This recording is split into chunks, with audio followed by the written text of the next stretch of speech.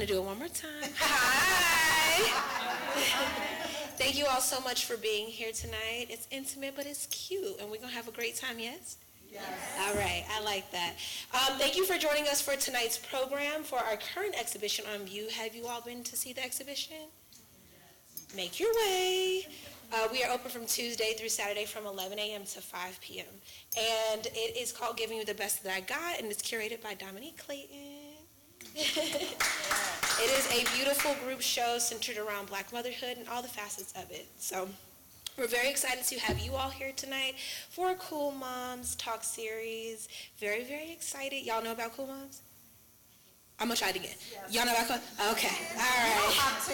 You're going to learn today. You're going to know.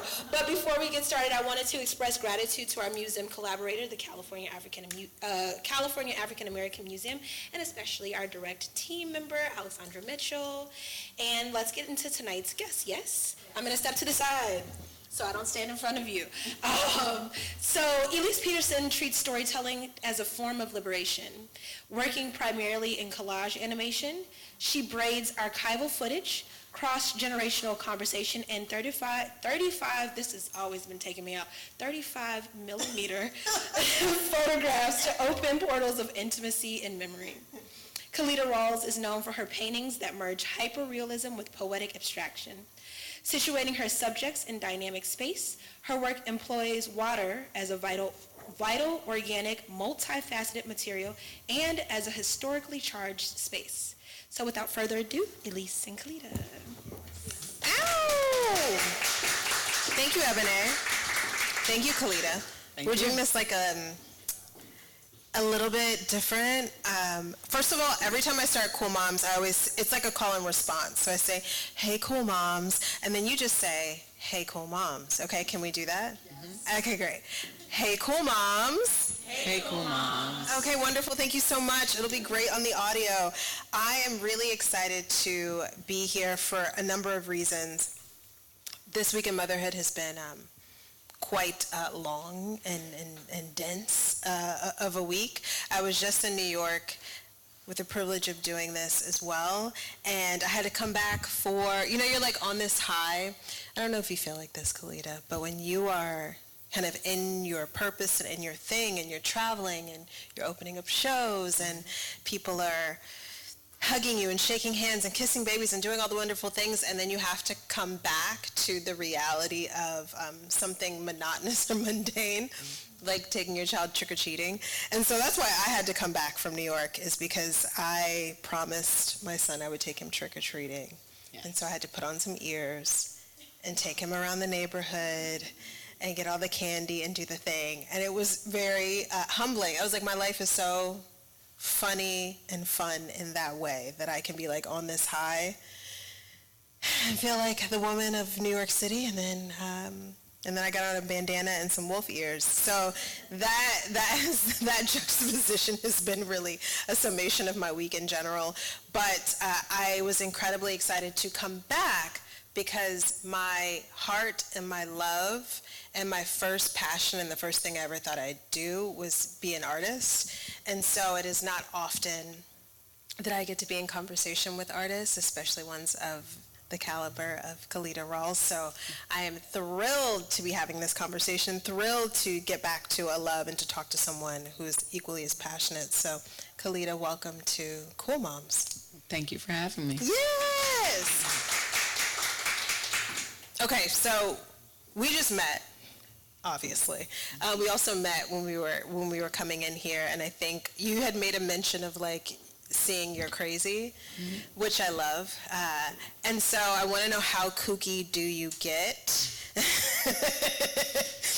And we'll start off with our inaugural most important question, which is, do you get into astrology? What is your sign? Mm-hmm. And does that resonate with you at all? I'm not that into astrology. Okay. But my sign is Aries, and mm-hmm. I think it's appropriate. How so? I think I definitely am hard-headed And I could see a ram as my sign. Okay, I can see it. I can see this. You know, I've been trying to figure it out this whole time we've been. Oh, what sign I was? Yeah, I'm like, what is it? I was gonna say Aquarius. My husband and my father, my grandfather, and one of my daughters is an Aquarius. And I get along well with Aquariuses. But I'm an Aries, through and through. Okay. I feel that. I feel that. Aries is like very dominant, get to it kind of energy. Yeah, that's me. First in line, first in the door. And they're going to get it done. Very reliable people. Yeah. Okay, all right, I see it.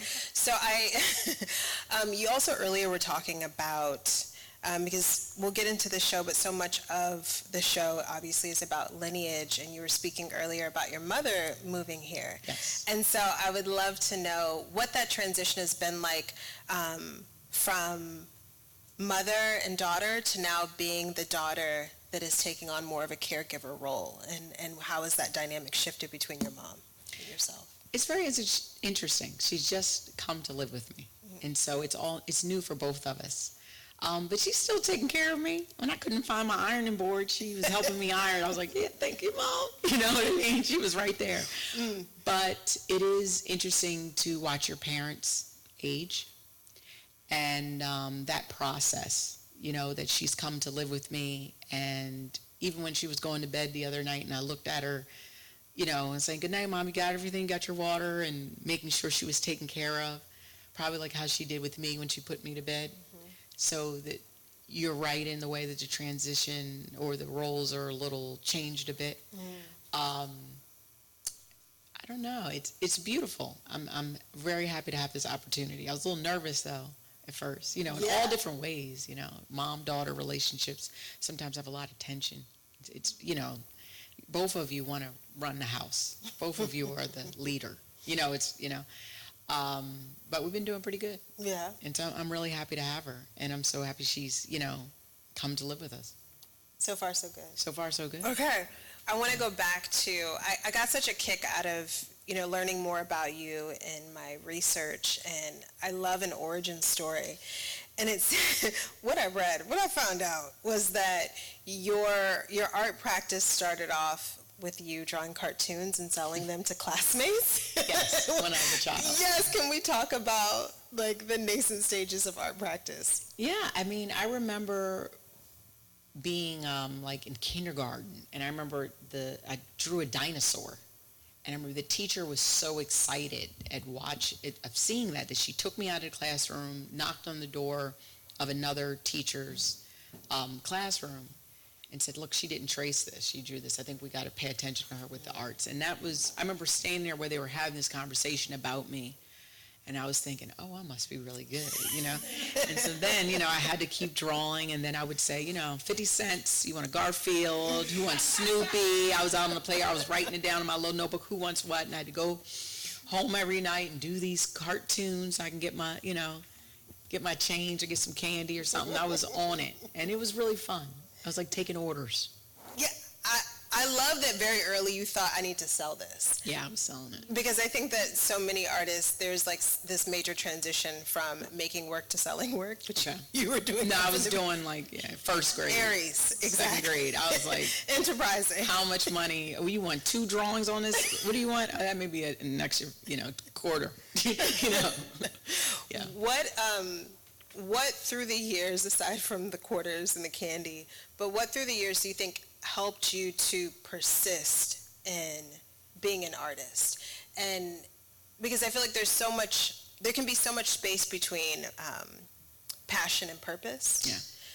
And kind of shortening that space. What helped you to persist, to realize, okay, this is not only just a passion, but also my purpose?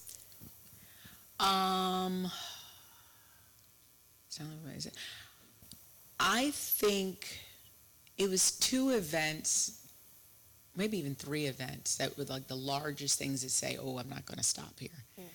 It was one of my cousins, I had a cousin who was we were 2 days apart.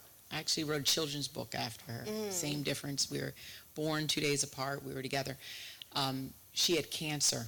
She passed away from cancer, I think at 42, right? I remember when her fighting for so long. She fought cancer for like 10 years. Wow. And so watching that, and at the same time, I'm really good friends with Amy Sherrill, and I was there at the hospital when she had her heart transplant, or, when she was waiting for a heart transplant. And it was just like how fast things could turn, and you don't know what outcome could happen. And watching, those two are probably the biggest ones. Like, I was like, I only got one life. And I kept like telling myself that, it was just one life. And that pushed me to, go beyond when I'm tired. When I feel like I'm tired, if I have to get something done, somehow I have some reserve somewhere deep inside this well that I can pull up to creating the work.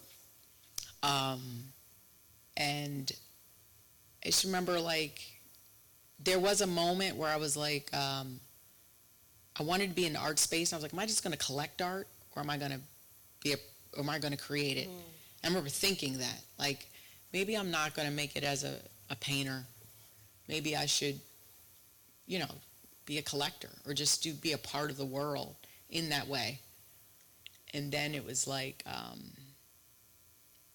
why not push further and see if I can really do it? Why not? And then somehow I just, I pushed through. Is that just you, the like, why not? Because there's a big why not when we're talking about being an artist. There's the massive fear around the instability of career, right? It's the, you can be fantastic in many ways as an artist, as a painter, as a performer. It's also, is it as good as the person who's willing to show the work? The person who's willing to pay. Like, those are kind of the markers that help to progress your career, and it's very much the eye of the other beholder. True. I think maybe I'm arrogant. I would go to these art shows and I'd be like, I should be here. You know what I mean? Like, I think I'm just as good as the people here. Like, I would just, sometimes I'd see, certain things, and I was like, really? This man? Okay. Come on, Calida, you could get your butt up and, paint something. It was I think also just feeling that, I think it's just a limited time. It's just that I don't know how much time I have here, and I think that is something that makes me afraid sometimes. And I wanted to live it up. I probably try to squeeze too much in. It's probably my problem. I need more relaxing time. I need to sit down more. I'm like, I'll try to do too much in a day where I hurt myself. Yeah. I'm more that person. And I think I also got a lot of support too. Yeah. And I think some artists that aren't able to prevail maybe don't get the support system that they needed. I also had a partner. Right. I think my husband was very supportive. I have to give him credit for that. He really did. My mother was very supportive. My closest friends, they weren't like, when you don't get a job, girl, you know what I mean? They were more like, keep going, you can do it, and I think my support system around me helped. But I did. I had all different jobs. I was an art director for this public policy. I was substitute teaching at times. I was doing all different things in between to make sure that I could, financially help with the house, like keep things going. But like when I couldn't afford my own studio outside of my house, I had a little area off the kitchen. I was painting in the little, little painting area over here, painting at the dining room table. I did that for many years until it was like, okay, let me get a studio, let me go larger, and really pushing that way. And then everything took off. And it was the year that I remember saying to my husband, I'm going to make artwork for a year, and I'm not going to sell any of it. Now, I was still working at this public policy, doing art direction and doing all their brochures and doing everything like that. But I remember saying, I'm going to create all these paintings with no intention to sell them. I just want to figure out my own language, my own lane. And when you see one of my works that you could say this Calida Rawles, I needed something, and I couldn't figure out what it was for a very long time. And so that year I figured it out. Is that the year you found water? Yes. I was swimming. I joined a swim team at LMU. I was learning to swim, and I just remember thinking, I want to put this in my practice. I want to figure out how to do it. And actually, the first works I did these portraits of myself in a box, and water was rising around me. Like, I had to surround myself with water. It was like these 4 panels, and until I was surrounded in water. And it was like the last one, I remember, maybe it was 5. It was like me out of the water, and everything after that has been water. Like, yeah, and it was just like me thinking of the glass ceiling that I had put on myself, the limitations, and I thought water was going to be my way out. And so I literally painted that and painted my way out of it. Because I remember going to a professor, and I was saying that. I was like, I'm not going to be able to do this. I'm having another baby. Like, it's going to be so hard. I remember I did a show when Papillon was here. Remember I did I was in a group show there, and I was pregnant, and I was even scared to let anyone know there I was pregnant. What was the fear about? I was like, I'm just getting in this group show, and I'm pregnant. Like, they're going to think I'm not going to be able to continue. Right. Or I'm just starting to get in these group shows, and I'm pregnant. And I was kind of like a little bit hiding it a little bit. Like, this is going to... And I remember that. And then, like, the fear of me losing time and momentum. But I remember thinking, I'm going to use this. I'm going to use her energy to push forward. Like, she's, I'm going to use that. I'm not going to let it hold me back in all the stereotypical ways that you feel like it will. It's like, it's stuck in your head sometimes. Do you think that, gosh, so many things come up because I had a similar experience being pregnant. I went to, I got a residency in Quebec. I got the residency before I was pregnant. Then I got pregnant, and it was time to go to the residency, and I was like, I think I should hide this. I'm just not going to say anything. Because, right, you don't want people to have certain preconceived notions of your capability. You don't want them to count you out. Then you're just like the pregnant lady there. And that's all you are. And I hid it, and then one day, this was probably around like between 4 and 5 months, one morning I woke up and my stomach it popped. And I was like, hello, everyone. By the way, I'm pregnant. But for me, the way that I was able to kind of like negotiate that or leverage that for myself to make myself feel okay about it was using it in my work. And so for you, how did motherhood, once you found the water, how did motherhood then impact the way that you approached your work, if at all? How did it approach the work? Well, I think even the work that's in this group show was about motherhood, and a lot of there's a few paintings in that show, the model was pregnant. I thought of that in that growth. It's like a state that you're growing, they're growing, there's everything, cells moving. I think I was really fascinated with I'm in a form of transformation, and I think I did a few works that connect to that.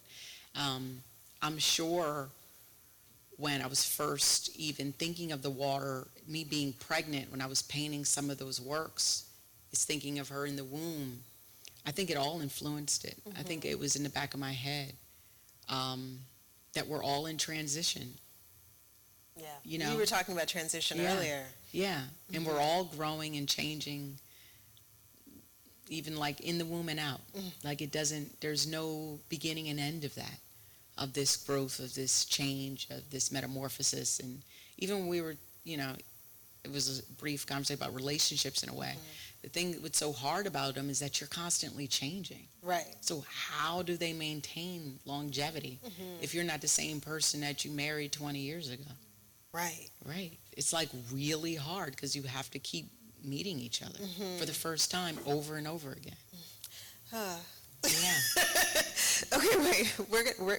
We're gonna come back to the work, but this is important. I like to do this for my listeners who, like me, are lovers at heart, and I always find it incredibly admirable the women that I speak to that hold such space for your career and your passions, and then and being a mother and a partner. Yeah.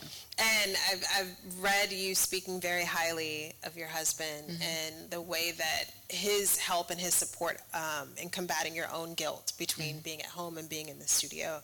Can you just talk a little bit about love and partnership and the way that that has evolved and also helps you support your work? I mean, it's super hard, and I am not in any way going to sit here and pretend like I have a perfect relationship, because I do not. But I'm really glad to have him as a partner and that we've worked through so many different things. I'm more amazed a lot of times that people can stay together. Right? Yeah, I'm like, dang, I feel like everyone should get divorced. You know, it's like a hard thing to maintain. It is hard. And you really have to, if you're going to stay with someone a long time, you just have to keep remarrying them. I saw someone talking recently about marriage. You should have to get it renewed, like a passport or like your license, like every 5 years. I agree with that. It feels like it. It feels like, I feel like I'm on my third marriage with the same man. Like the marriage I had in the beginning does not look like the one I have right now. It doesn't even look similar. You know, but we've both changed. Yeah.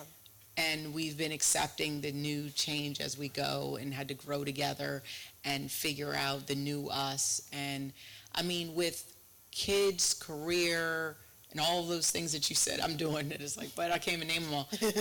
You always feel like you're failing at one. Right. Someone's slipping.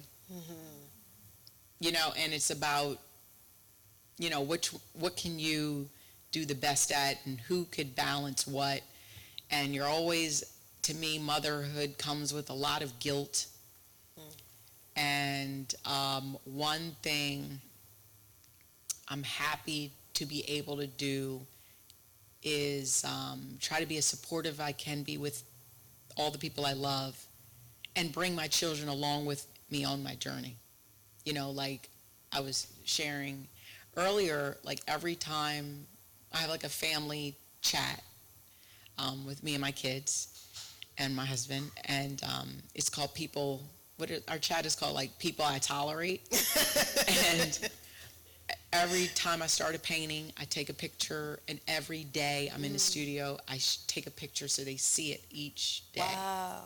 When I leave the studio, they get an image, so everyone can see the progress. And so when I come home, my daughter's like, oh, you did good today. So they're along, and she knows why I'm there this many hours. So it makes sense, and they could see it, and they're excited.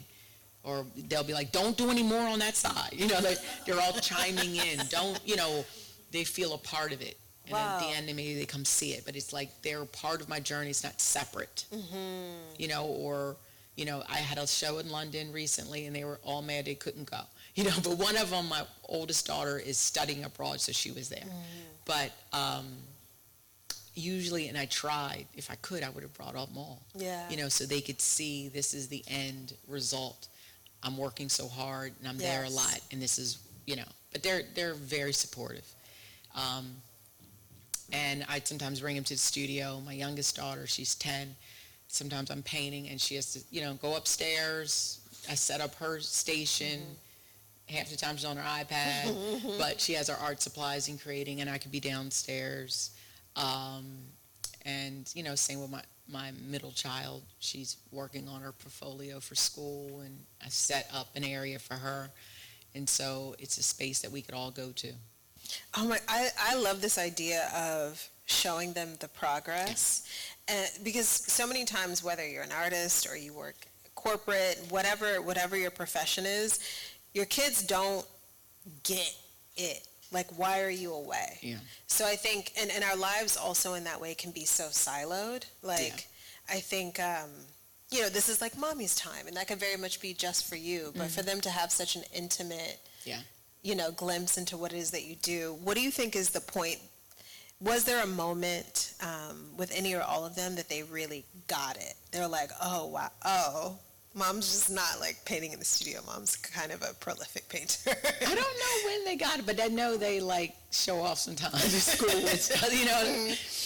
I think that they're very proud, and I think I don't know when they got it.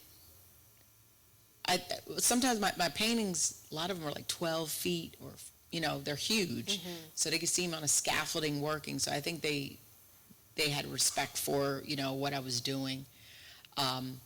Sometimes I let my youngest, each one, I think the last couple paintings, like I let her put a couple strokes in. She'll take the paint and just do a little something, and I'll take a picture of her as if she's painting it. We'll do that, but it's real. I think it's important that, and like you're saying, like probably any career, to keep the dialogue between you and your children is to share your day with them, because you want them to share with you. Yeah. So I know some of the drama in my daughter's, she's in 5th grade. She's telling me about different kids. I'm like, what this person did? What? And so we talk, and then my day, I got stuck with this. And so we share. And I hope, more people do that with their children, share who you don't like at work with your kids. You know what I mean? Like, why not? You know what I mean? Right. I think it allows them to see you as a whole person, right? And not just who you are to them. Yeah. I'm not just your mom. For me, one of those like kind of wake up moments was Sergeant was like, he was upset about something and he was crying. And I was like, well, listen, I understand. Mommy cries. And he was like, you cry? I was like, I cry every day. I'm like, you've never seen me cry? I was like, I should probably allow you in more then. Yeah. You should be able to see me cry and know that there's a way to move through emotions. So I'm like, I am in this house crying every day. Good tears, bad tears, cathartic tears, silly tears. So I like that note quite a bit, is letting your children in. Have you seen any kind of your own kind of artistic, creative talent passed on to your children? All of them are great. Yeah. I think they all could be artists. They're all able to draw and paint. I don't know. I'm always encouraging of them to do it, but I don't know. I think I intimidate them. I mean, sure. I love yes. I'm like, you can do it. And they're like, no, I can't paint as good. And I was like, it took me many, many, many years. And I paint all the time, hours upon hours, and it's really like, are you going to do the work? Right. And if they don't want to do the work, then okay. But that it's about putting in the time. That's with anything.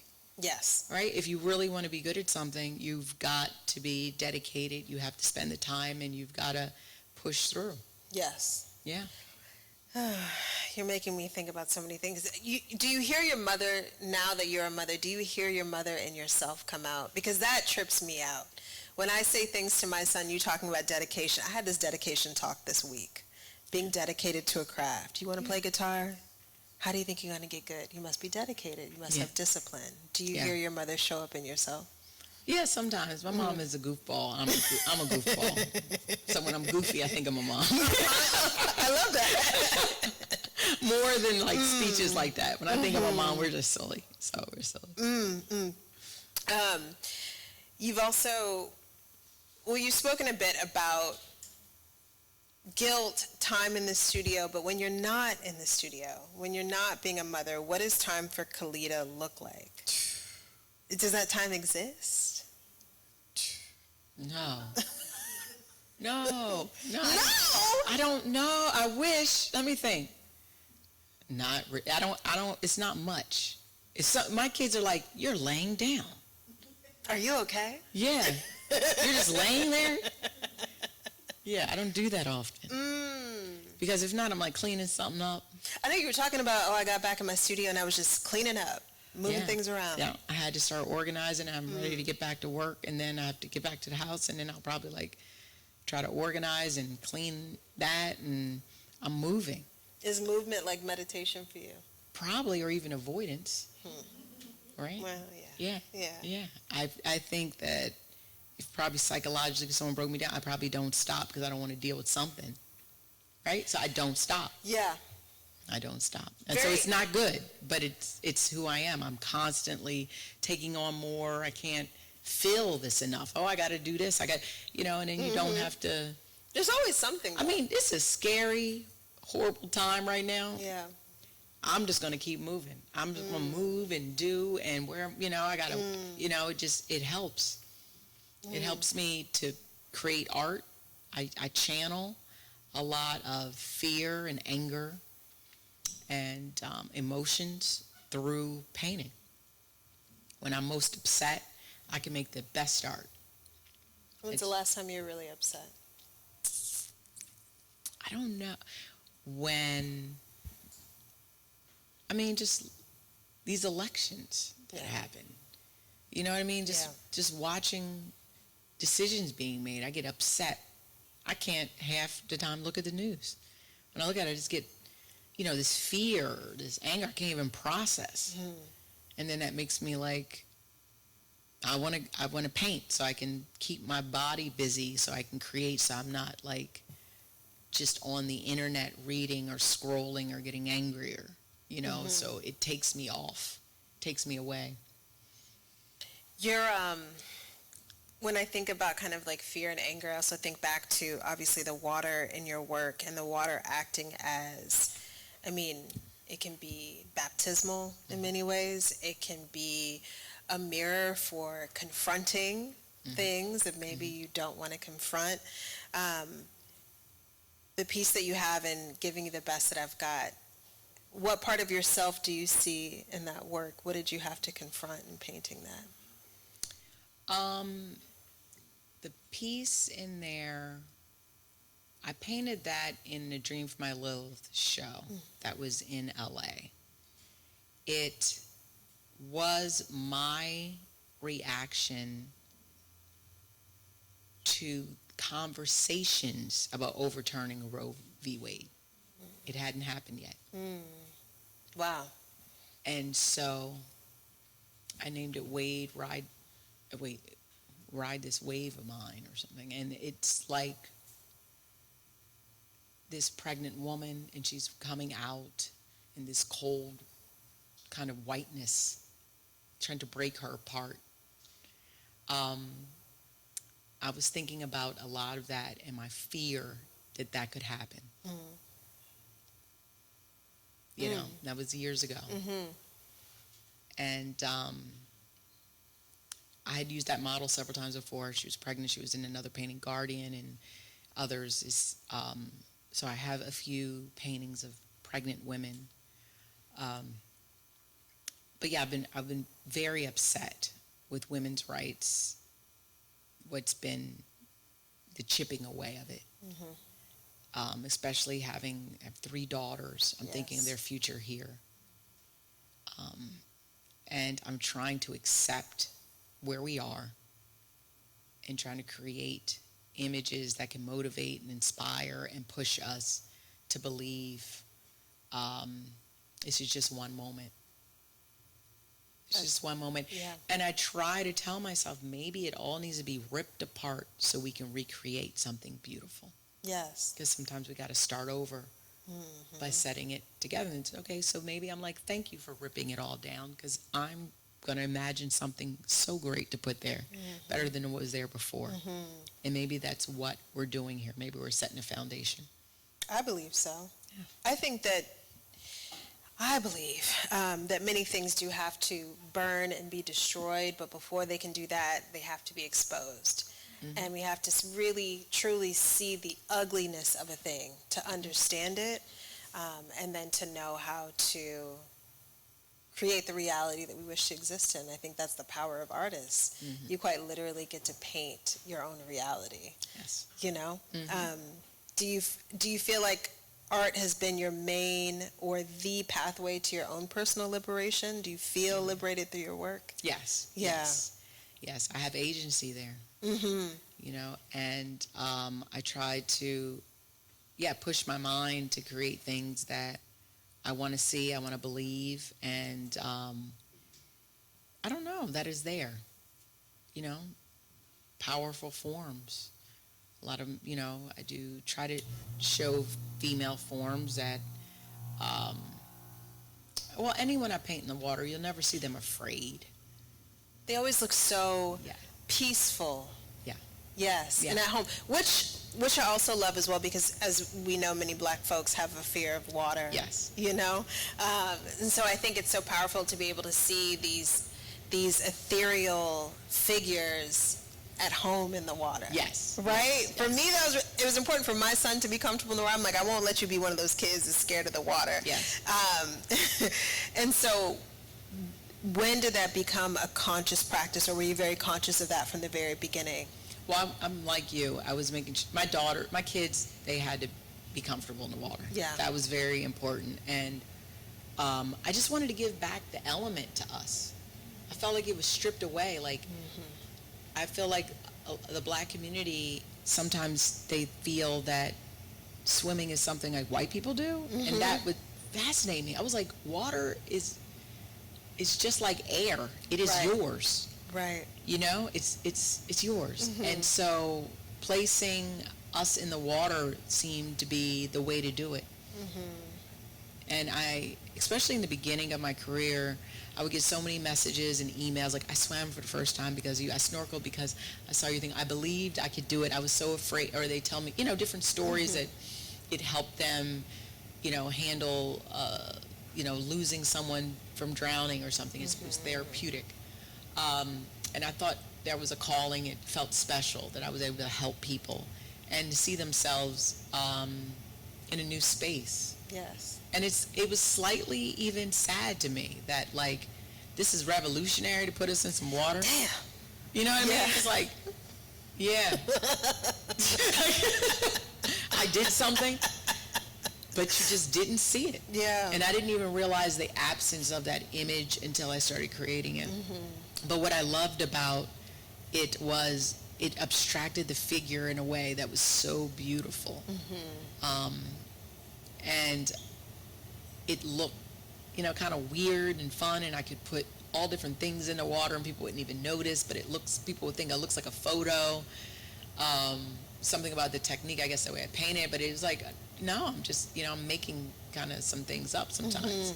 So it's really great. Yeah, even in this work you were showing me earlier, it's almost like these little Easter eggs that you were pointing out, because you have all the elements. Yes. In this work. Yes. Can you talk about that a little bit? Yes, there's fire at the chest coming out. There's celestial beings in the hair. I put, you know, so the hair looks like it's blowing, like almost in the wind. There's fire. I was thinking about, like, this one is called All Is One, and I was just trying to make acceptance of what I was, you know, acceptance of this place I'm in. And I was, you know, thinking about the bow tree and of you meditating and finding peace in something, and that's right from the forehead. There's like, I kind of made this tree bring the hair, and then like in her forehead there's like these roots from this tree coming out, and they look like they're a mirror image, but they're not. When you look at it, they're very different. I mean, not very different, but different motions, and I don't know, it was just like this energy. It was almost like trying to, I don't know, get closer to God and understand something larger than myself, and trying to accept where I am and where we are. And like her face is going into herself in a way. But like, if you think about, you know, I use photographs as references. I photographed my own work. My daughter was in the pool. I'm underwater shooting her. I could only see part of her face. And then I took two images and put them next to each other, and, you know, painted it and then connected it. But it was really fun. And then it was like my brain went other places when obviously there's fire, you know, coming from her, this heat, this energy, this power, and just creating this this kind of abstracted, real-looking image. I think the way that you paint in such a hyper-realistic way is otherworldly. Oh, It is thank really incredibly special. And for it to be so realistic but have so much soul. Yeah, you. so much soul is really, really beautiful. I want to do like a little quick fire. Okay. Very important questions. Okay. Very serious business. Serious ones. Okay, Yes, I'm ready. serious ones. I'm ready for the serious now. Okay. In your studio, what's your go-to studio snack? Cashews. Oh. Salted cashews. I can eat too many. I like that. Okay. What do you do when you first enter your studio? Besides, like, turn the lights on. Okay, aside from that. Besides all that. The first thing before I sit down is try to figure out what I'm going to listen to. Okay. You know, and it's often books. I do a lot of audio books, but then now I've been doing a little bit of podcasts. I like to be taken away. I have some music that I'll put on of some playlists, but I'll set that up. I take a moment to set my palette up, and I try to put it in like color order.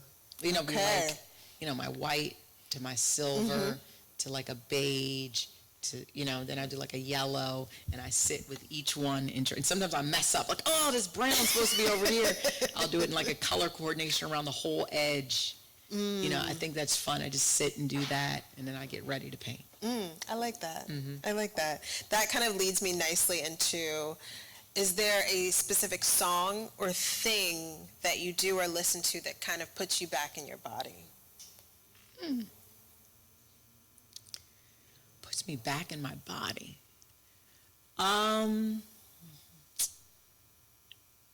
have a trampoline in the studio. Sometimes I jump.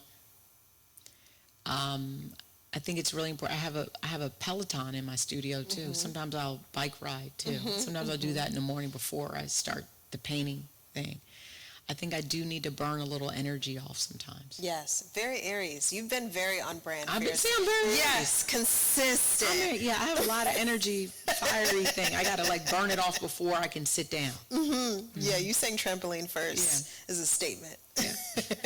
Would you say that you are an early bird or kind of a night owl when it comes to making? Oh, early bird. I'm a morning person. Same. Yeah. Same. We were talking about going to bed at like 8:30 earlier. I was like, I'd be right Woo, luxury. Yes. When you're thinking about water, do you gravitate toward water being kind of this calm escape or an emotional mirror? Probably an emotional mirror more than a calm escape, because I use the water in different circumstances. Like even the painting I did north in Penn, the water is cold, hard, harsh movements. And then there are some where it flows, and it's almost not just like pale blue, like just a blue, not having motion, like motion at all. But I think that's a little bit of the undercurrent of what the work is about, is trying to learn to relax in the chaos. You know what I mean? Like I think that's why I gravitated to water too. It's like it's deadly, it's scary, it's overwhelming. You could drown, or, you know, all of those things, but at the same time, it's so relaxing, it's beautiful. It's just, you feel so much better in it. It's natural. It's just, you're made of it. There's that dichotomy is how I feel my life is. You know, there's always chaos. There's always something going on. But I have to find joy in that. Yeah. And I have to breathe and relax through it. So that's where I am. I love that. And if you were to describe motherhood as a color and a texture, what would it be? Ooh. If it was a texture, I really love being a mom. It'd be something real furry and soft. It's something like I want to cuddle in. Like I think of my children, I want to just like spoon them. Yeah. Even my big ones, I'm like, let's spoon. So that never goes away. No. Okay, that's good to know. My 17-year-old daughter, I'm like, come on, I'm spoon you. Her body's big as mine. You know, all of them. I'll oil their scalp and hug on them. A color, that's a good one. I don't know the color. I don't know. My instinct would say golden. It'd be like gold.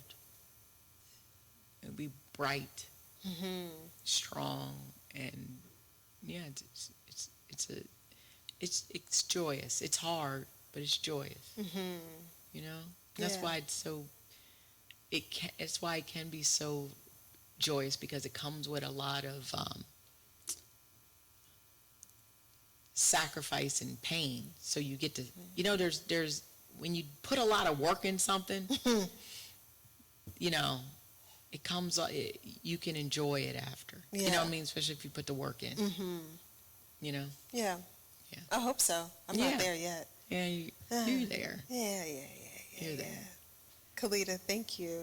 Welcome. So Thank much. you. I really, really appreciate it. I'm excited to now dive into more of your work and then hear your voice and thinking about what you shared with us tonight. I'd love to open up to the audience for Ask a Cool Mom. Don't be shy. This is your chance to, chat with Calida. Do you have any questions?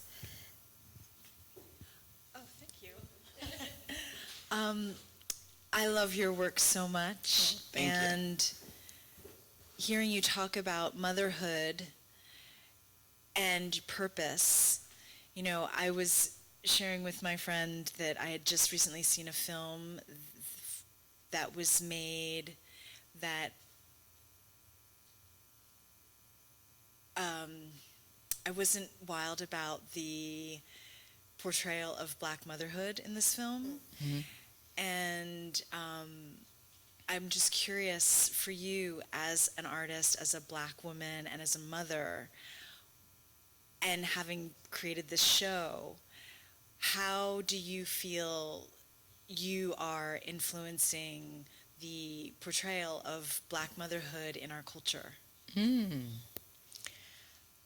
don't know. I mean, Do you even think I've about never it? thought of it. Really, how am I portraying Black motherhood? I mean,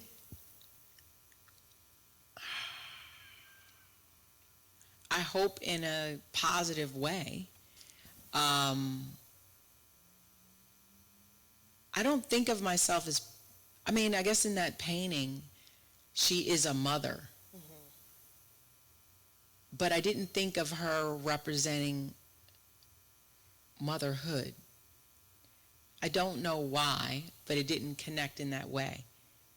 She is growing someone inside of her.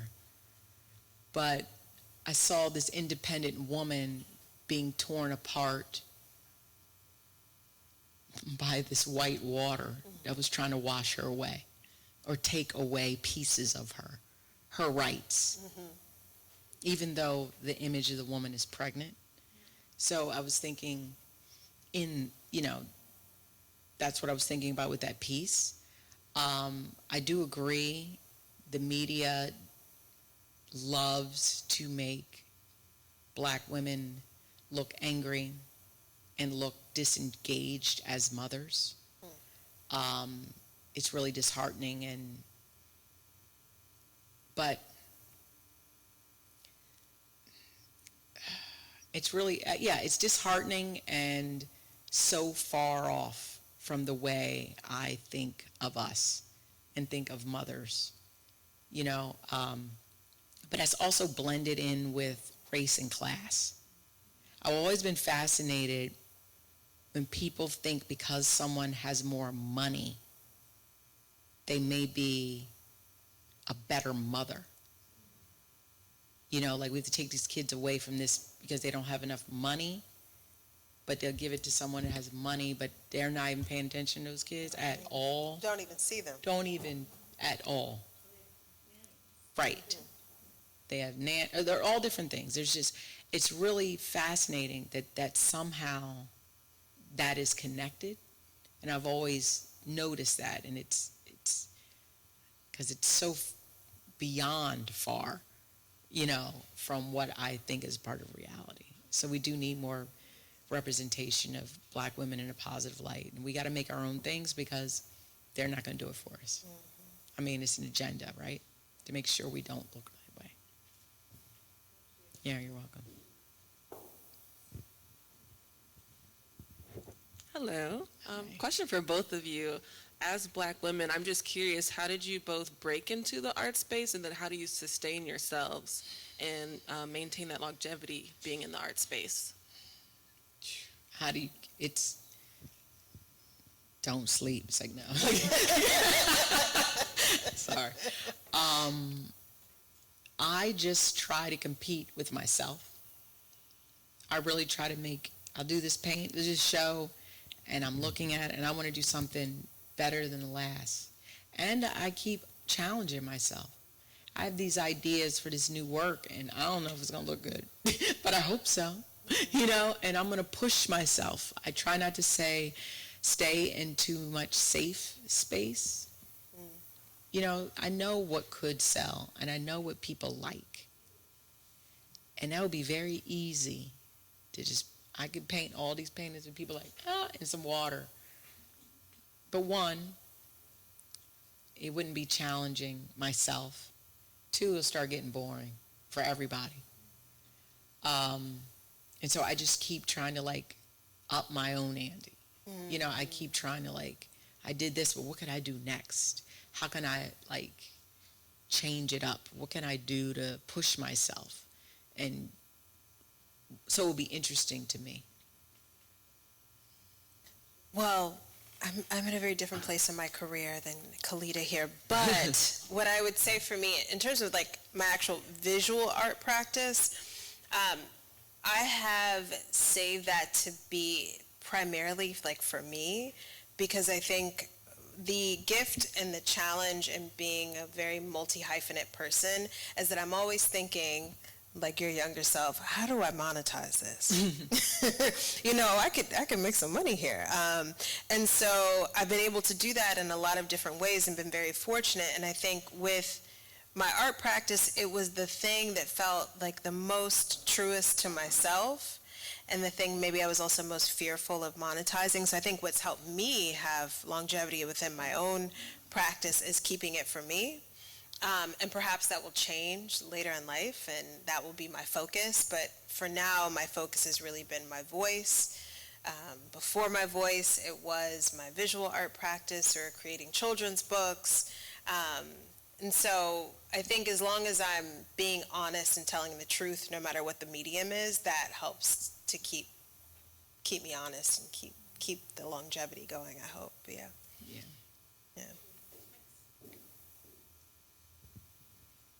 Hi, thank you for doing this. I'm not a mom, but I have a mom, and she wouldn't call herself an artist, but she is an artist. And so my question for both of you would be, what's a question that you kind of wish your children would ask about your work?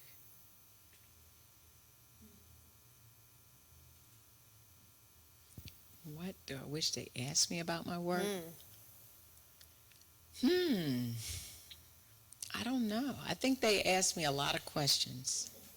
My kids are all up in it, I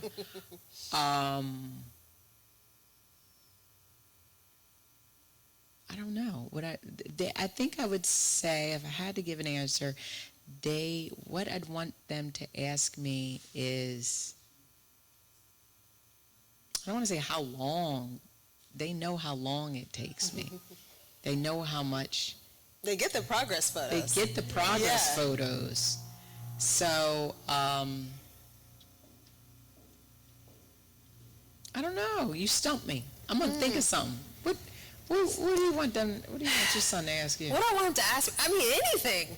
My son is 1, but I don't know if there's something, maybe just why do I make the things that I make? I think I find it really, I feel coolest actually when my son is able to reference work that I do, and then I feel like, oh, you see me. And so he was talking about something and he was like, oh, we were talking about merch. That's what it was. So we were talking about merch and he was like, you should make this for Cool Moms. And I was like, oh my goodness, wow. You see me, you get me. So I think that as he gets older, and like some of the children's books that I've done, I use a lot of my family photos in my collage. I use images of my father who died right before I found out I was pregnant with Sargent. I hope that he asks me more of like the who, like, oh, who is that? Or why did you put that in there? So that I could tell him more about our family history. Yeah. That was a good answer. Yeah. First of all, thank you, ladies. And Calida, I think when you were asking about, the representation of mothers and motherhood in like media and art, sometimes it's just your existence. Like you are living what I was trying to say, like, in putting the show together. So all the artists that I love and admire are the ones who look like me and who live like me. And both of you, you have children and are trying to do this work. So you, Elise, you were pregnant right in the midst of like you doing this residency and like, the sort of peak of your art journey, like, you have this child. And you, Calida, you had your older daughters, but then like you said, you were working, you did other things to support your family. And then now you have this youngest who's sort of in her, really formative years while you're also in your like formative years as like, a blue chip artist. So like how do you, like what advice would you give to women who are either making the choice, do I do this now and then family later, or do I do baby now and then art later, or can I do both? Because, sometimes women are actually making choices based on that. Yeah. So what would you recommend? How did it work for you? That's a hard one. I think for, especially when I had my 2 oldest girls, I was home a lot with them. And just singing the ABCs and teaching them, my brain was fried. I did not have great ideas. I didn't know what to, I couldn't even think. I didn't have space to think of anything. I had to just focus on them for a bit. And then it was like I was finally coming out of that moment where I don't have to do that. And so then it was like I was getting my rhythm. Oh, now I'm going to paint. I have my own studio, and I started, and then I was pregnant with my youngest, and that's where I was like, what? What did I do? And then what's this? And that scared me, but then I had to channel it and figure out a way, in a different way, to still give her everything I needed, but, to make the work. So it is hard, and I think everyone needs to figure out like what support system they can create for themselves to create and have space to create if they have small children, if it's a partner or a family or hours, or because when I go into the studio, I try to hyper focus there, like where my phone is, kind of off in a way. One of the kids gets mad because I don't answer right away. I'm working right now.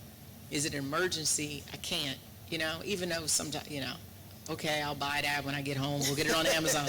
You know what I mean? Like, fine, yeah, I'm working, So you gotta have these conversations between paintings, but it is really hard to give yourself so many blocks of time to create. You have to figure out how to do that. And if you can do that when you have small children with those blocks of time where you can be hyper focused on thinking, then do it. And if not, you may have to wait a little bit until you get there. But don't be, I would say, my advice would be don't be too hard on yourself. Take your time. Don't beat yourself up at what you're not doing. Try to praise yourself for what you are doing and what you are accomplishing. And it takes a lot of time. Like, you just have to believe and envision. You have to do a little bit of like visualizing. Definitely make a plan. Like, if you want to be a visual artist, if that's it, start making a list of the galleries you want to, possibly show in. I remember when I first started out, I remember going to shows that I felt like I should be in. And I didn't just take pictures of the art, I took pictures of the labels, of figuring out who owned them. So I knew who collectors were. So I knew who, just knew the world, like study it. It's not just about the art making. It's also about who's in the game that you're trying to be a part of, like know who curators are, know who different artists are, know who collectors are. You have to like really understand it. You can't just paint in a vacuum in your studio and think the world's going to show up. Yeah. It doesn't work like that. It's not like in a movie. In a movie they're just painting and then the collector comes. Yeah, then the collector comes and they're like, you're famous. It doesn't work like that. It's there's a lot of components, and understand it. Yeah. Really study it in that way. And also, if you want gallery representation, I think it's looking at galleries and figuring out who shows what type of work.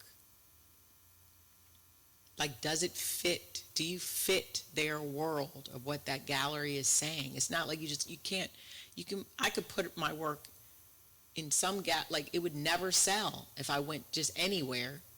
You know what I mean? It was just like I had to find ones that fit. So when you go look for galleries, I would say it's not just you wanting them to take you. It's like you're dating and you're trying to figure out, do we fit each other? And they're taking the whole family with them. Yes. Yeah. This is what I come with, and this is what I need to make the work. And, do we fit each other? I think that's really important. Yeah. That was good. Yeah. I would amen that. Maybe my very small anecdote to that is in my last Cool Moms conversation, my mom was there, and which was really cool. It was the first time she got to see me do my thing, and I had a memory. I was interviewing Alana Glazer. She was talking about being a comedian and the commitment it was to be a comedian and what you have to do and the sacrifice you have to make and being on the road. And my mom had a stint where she was doing comedy shows at night as like her own thing, and she would win every week. She would win the competitions. She'd go back every week and she was winning and winning, and she said she got scared because she knew she was good and she knew she could keep doing it, but she had me, and then she had just given birth to my sister, and she felt like it wasn't the right, she didn't have the chops to like be on the road with a newborn. Like, that's just not the way her life was set up. And Alana's response was like, well, it just wasn't the time. And that's okay, and being in acceptance that sometimes it's just not your time, and that you can come back to it. If it is a gift, if you have something to say, if you have something to share, then you will have something to say and you'll have something to share. Yeah. Yeah. Thank you, Dominique Clayton, curator.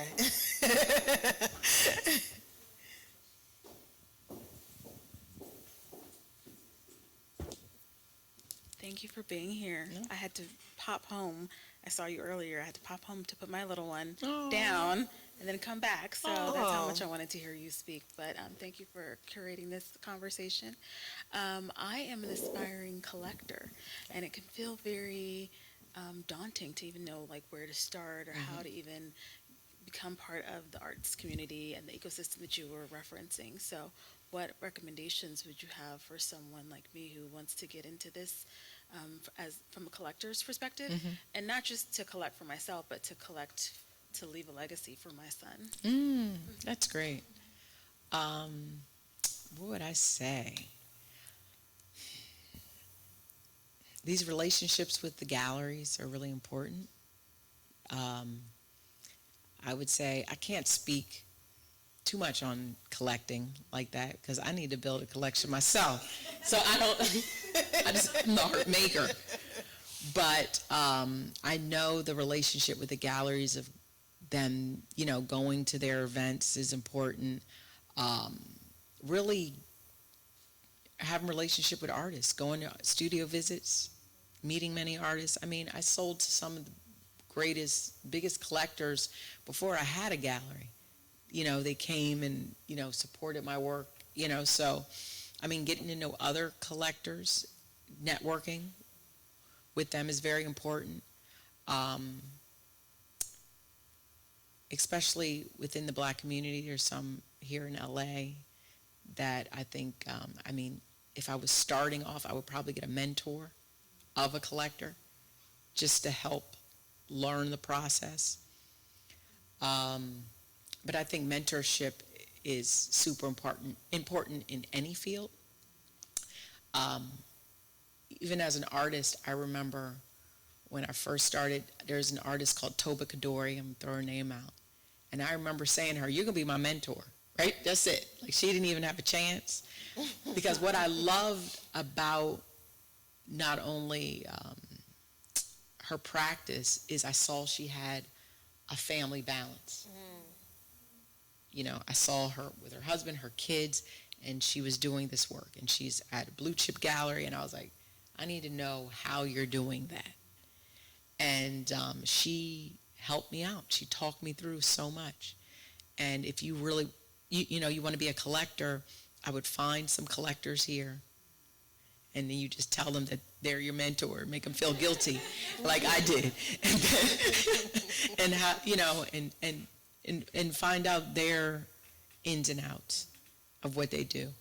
And a lot of them, they'll get art early. I think of certain collectors I had that bought my work at a very, for a lower price, because they were there.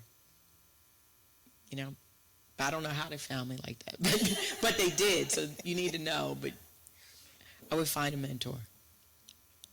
That's good advice. Yeah.